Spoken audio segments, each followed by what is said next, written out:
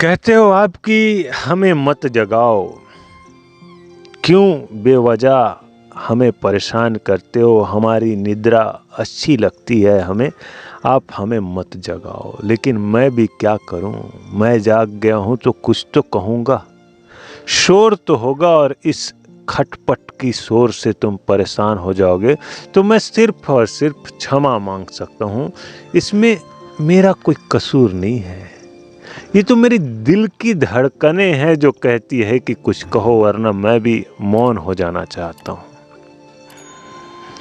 मेरी दिल की धड़कनें हैं जो मुझसे कहती है कि चल और धड़कनें जगा, और धड़कनें बढ़ा, और प्रकाश बढ़ा, और उजाला दिखा।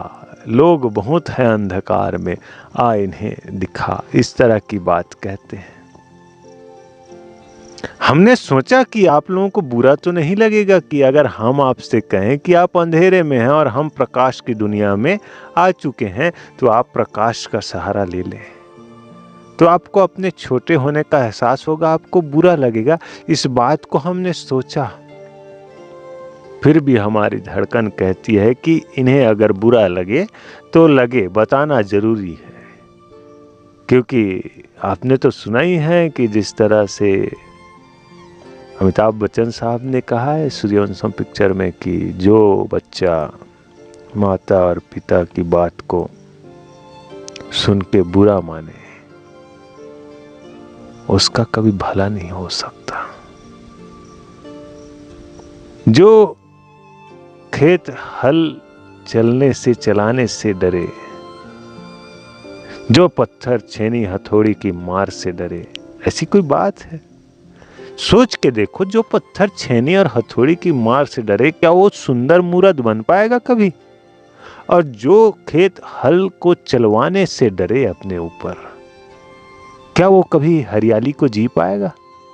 ठीक उसी तरह जो आम नादान इंसान है वो हमारे जैसे व्यक्ति के बात से भागे, तो उसके जीवन में कभी होश, ध्यान, ज्ञान, समझ का आविर्भाव हो ना पाएगा।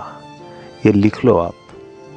हम बड़ी जिम्मेदारी से कह रहे हैं, बड़ी जिम्मेदारी से ही कहते आए हैं। तो आत्मसम्मोहन की कोई विधि है। अगर हम आत्मसम्मोहित हो चुके हैं तो आपको भी आत्मसम्मोहित होने की कला से अवगत करा सकते हैं। यकीन ना हो तो आजमा के देख लो, और आजमाने के लिए आपको वक्त तो देना ही होगा। तो आइए, स्वागत है आप सभी का।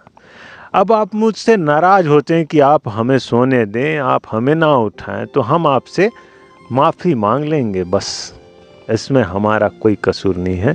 हमारी धड़कन ही हमें प्रेरित करती है, हमारे सद्गुरु ही हमें प्रेरित करते हैं, हमारा भगवान ही हमें प्रेरित करते हैं, हमारा ज्ञान ही हमें प्रेरित करता है कि जाओ इन्हें भी बताओ, वरना ज्ञान यहाँ रखे रखे सड़ांध की बू आने लगेगी। इसलिए हम आए हैं आप सभी के करीब। स्वागत है आप सभी का।